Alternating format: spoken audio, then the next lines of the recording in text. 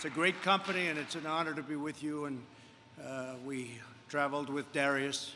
He's a great chief executive. He's a great businessman, done a tremendous job with your company. But I'm thrilled to be here in the fantastic state of Arizona. I love Arizona. With the incredible Drew. I had some good moments here, especially on Election Day. It was a good moment, right? But they're incredible, patriotic and hardworking men and women of Honeywell. Moments ago, we saw the brand new production lines where you're making high-quality N95 respirators, and they are made to perfection. There's no bad masks like various countries have been sent some very bad masks from other places. There's nothing like that at Honeywell. Respirators are there to protect our heroic doctors and nurses as they fight the unseen enemy. More than 150 Honeywell employees are working around the clock, 3 shifts a day, 6 days a week. You are the greatest industrial, and think of this, what you've done. You're part of this incredible industrial mobilization, the biggest since World War II, hard to believe, for an invisible enemy. But it's a vicious enemy, smart enemy. Like generations of patriots before you, the workers of this factory are pouring their heart and their soul and their blood into defending our nation and keeping our people healthy and safe. You make America proud. You really do, and I want to thank you very much. That's why I'm here. I want to thank also the entire leadership team at Honeywell, including Darius, who's, again, fantastic man, Ann Madden, Mike Mattson, John Waldron, Jim Carroll, Brian Ruddick, William Lang, Tony Stallings, and Romina Cannonshaw. In normal times, it would take 9 months to stand up one facility like this. But Honeywell has built this in less than 5 weeks, creating 500 new jobs in Arizona and another 500 jobs in Rhode Island. Together, these new factories will soon produce more than 20 million N95 respirators every single month, a truly miraculous achievement. We're grateful to be joined by Secretary of Labor Gene Scalia and Governor Doug Ducey. What a fantastic governor he is. Where is Doug? Where is Doug? Thank you, Doug. You're doing a fantastic job. And he already won his election by like 17 points, so I don't have to praise him too much. But I will say that he has been a fantastic governor, and you people recognize it. That's why he had what they say is a walk. It's very good. We're proud of you, Doug. And anything we can do, you're going to call me. We don't have to worry about that. He calls me plenty. He calls me plenty because he's doing his job. But I want to thank you both, and Gene, the job you're doing is fantastic. Thank you both very much. We appreciate it. Thank you, Gene.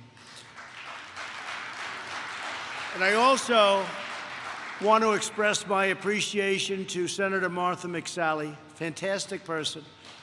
Fantastic person. She's fighting to uncover the full truth about the China situation and how the World Health Organization handled the outbreak and what happened. There must be transparency and accountability. Martha's also somebody that is bringing tremendous amounts of dollars back to her state that she loves so much, the state of Arizona. And I know the governor appreciates it very much, Martha, and I appreciate it very much, too. You're doing a fantastic job, and good luck. Good luck. Thank you as well to Betty and Jorge Rivas at Sammy's Mexican Grill in Catalina. Where are they? They're around here someplace. They're great. Where is the bike? Come on up here. Come on up here. Come on. Say a couple of words.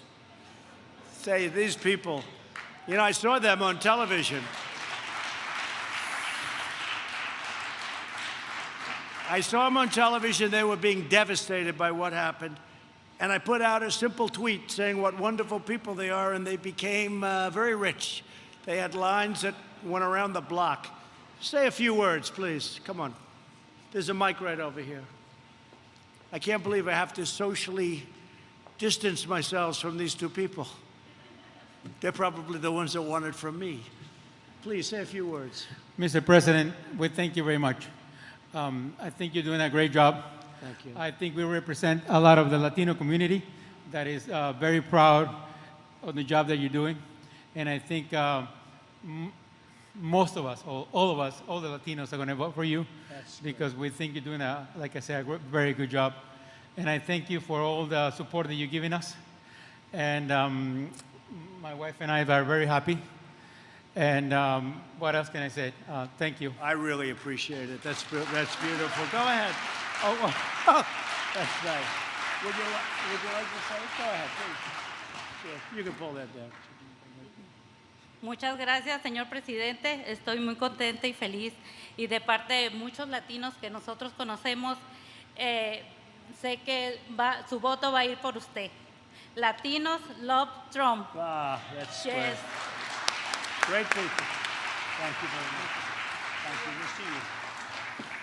That's fantastic. So today, they took care of 150 healthcare workers at Devon Gables Assisted Living Facility in Tucson, and they've been helping a lot of the people here get some good food, and they're sending Donald Trump the bill. I can't write it off to the government because they wouldn't like that, but we're paying for it, so make sure you get me that bill.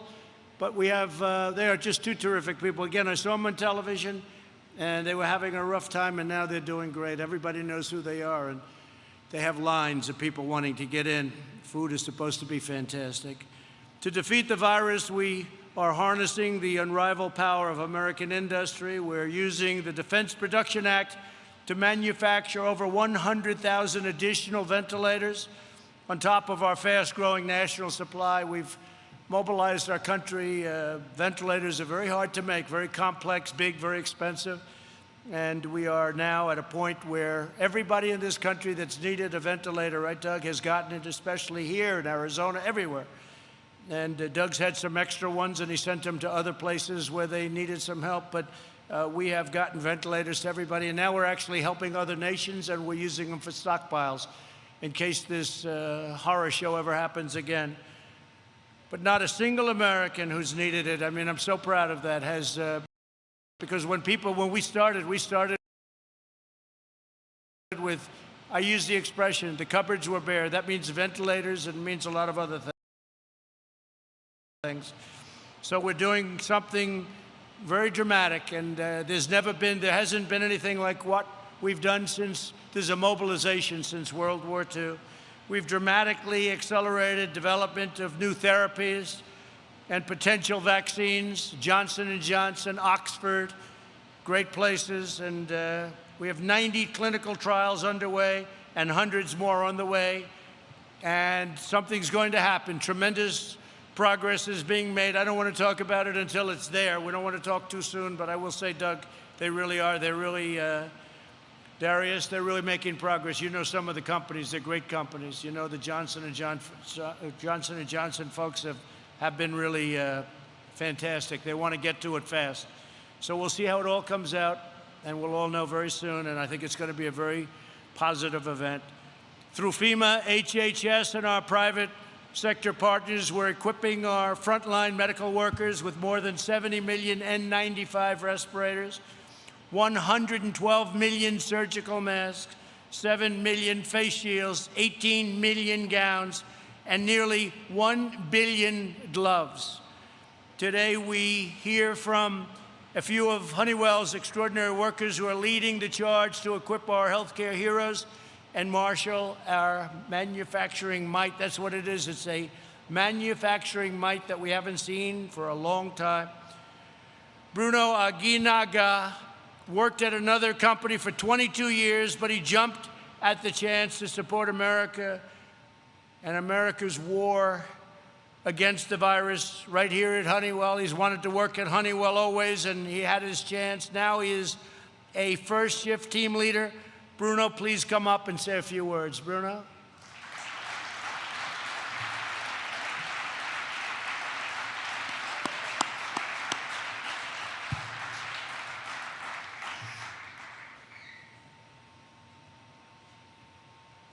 Thanks, Bruno.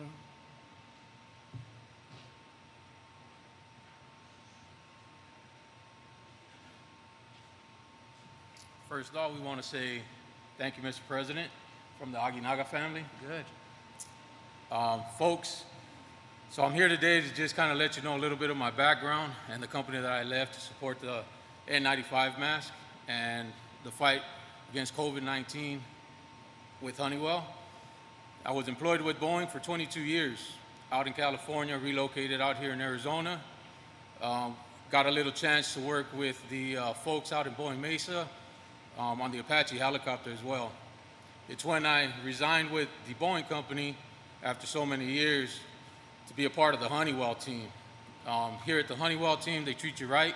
It's great culture, great people. Mr. President, God bless America, right? Thank you. Thank you, Bruno. Great job. Thank you, Bruno. Appreciate it. Thank you very much, Bruno. And the next time I'm here, I think we'll shake hands and we'll hug each other with the job he's doing. Okay, Bruno? Thank you very much. Ursula Warner is a proud Air Force veteran who courageously served her nation in Afghanistan and all around the world. Now she is continuing her legacy of service right here in Phoenix.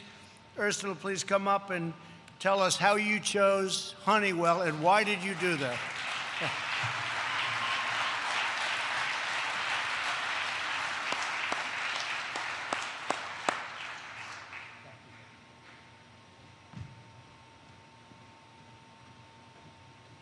Good afternoon.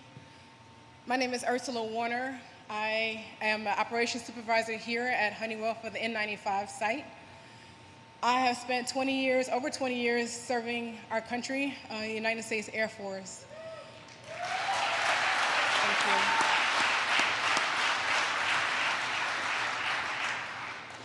you. Of those 20 years, I spent 15 years in leadership and management positions. Like the President said, served a tour in Afghanistan and a couple of tours in Iraq, and was highlighted by the United States Department of Army and Air Force for that. I just retired this past March, and I actually had a different plan, but after my retirement ceremony and I saw that the site, the N95 site, was standing up and what the purpose of it was for the first responders and our medical personnel on the front lines, I decided I wanted to be a part of that, a part of something bigger, to continue to serve this country in a different facet. I'd just like to thank the leadership and also Honeywell for the opportunity to provide different jobs and things like that for the people in Phoenix, and also me specifically, the opportunity to continue to serve my country on a bigger aspect. Thank you.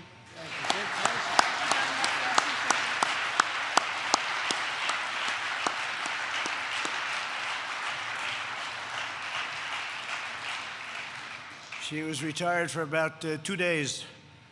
Retired. Look how young you are. Retired. Thank you very much. Great job, Ursula. Eric Parks is a Marine Corps veteran and the operations manager at Honeywell's new facility. This is a highly personal mission for Eric. His mother is a nurse. His mother-in-law is a nurse. His brother is a paramedic, and his daughter is about to start her first year of medical school at the University of Arizona. That's one of the great schools. Eric, please come up, please. Thank you.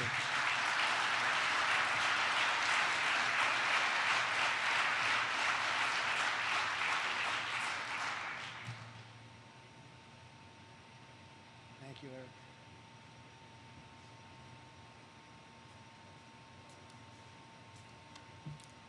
Good afternoon, ladies and gentlemen. My name is Eric Parks, and like Mr. Trump said, I am the operations manager here at this facility.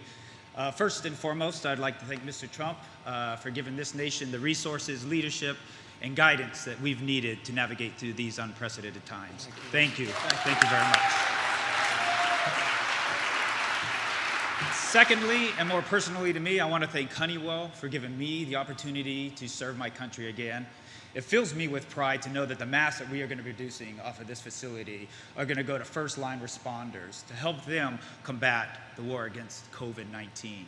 Like Mr. Trump said, this is very personal for me. My mother is a nurse. My mother-in-law is a nurse. My brother is a combat veteran and a paramedic in Tucson, and my daughter has decided that she too is going to carry forward the family tradition of serving. The black shirts that the team down here is wearing says, "The future is what you make it." And I am very honored to be a part of the team that is going to make the future safer, not only for my family, but for many others as well. Thank you. Thank you. very much.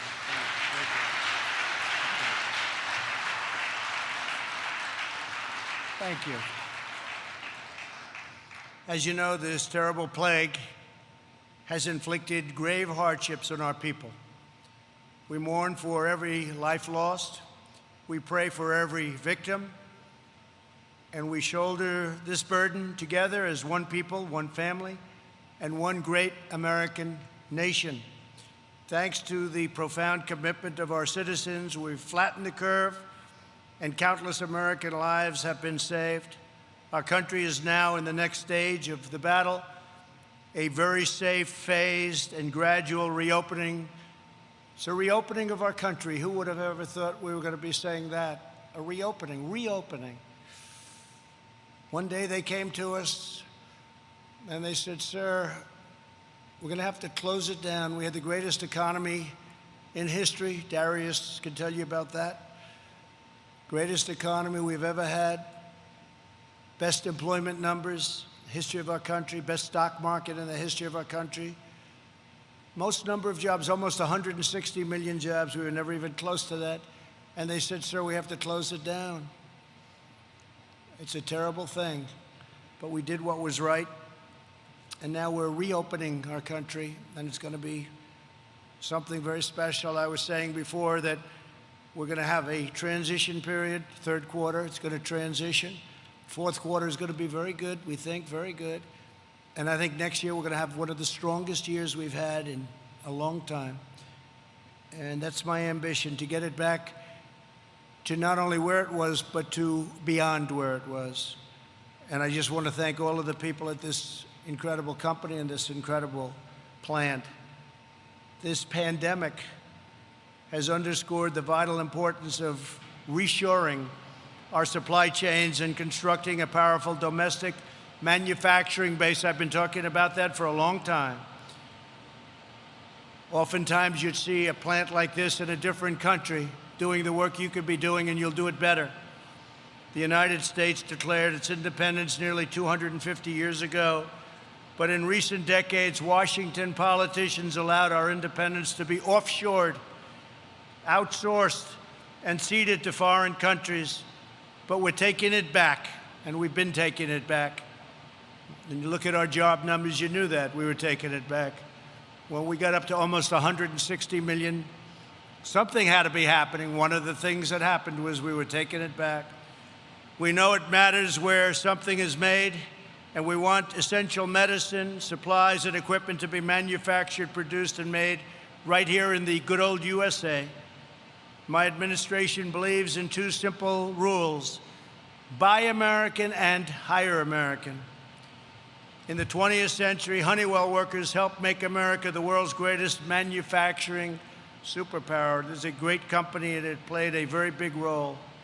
Now in the 21st century, right here in Phoenix, Arizona, you're reclaiming the noble heritage and writing the next chapter of this incredible American story. And you have a great governor to lead your way, and you have a great senator to lead your way. You have a lot of people that are leading your way. It was the men and women of Honeywell whose craftsmanship made it possible for Charles Lindbergh to fly across the Atlantic and for Amelia Earhart to break boundaries in the sky. It was the men and women of Honeywell who built the periscopes, mortar sights, and autopilot systems that powered American warriors as they battled the forces of tyranny and fought to victory in the Second World War. And it was the unstoppable workers right here at Honeywell that helped our brave astronauts plant our American flag on the face of the moon, and we're getting ready to do it again. But we're really using the moon as a landing pad for its journey and our journey together to Mars. It's happening very soon. Now it is one more time for the men and women of Honeywell who are supplying the weapons, the armor, the sweat, and the skill in our war to defeat the new invisible enemy, a tough enemy, a smart enemy. but nobody's like us and nobody's tough like us. And I said it before and I'll say it again. The people of our country are warriors. With your help, we will vanquish the virus and build a future of greatness and glory. With American heart, American hands, American pride, and American soul. Thank you very much for the incredible job you do. Thank you to Honeywell, to our senator, to our governor. Thank you so much for the incredible job you do. And thank you to the people of Arizona. We will never forget. Thank you very much. Thank you.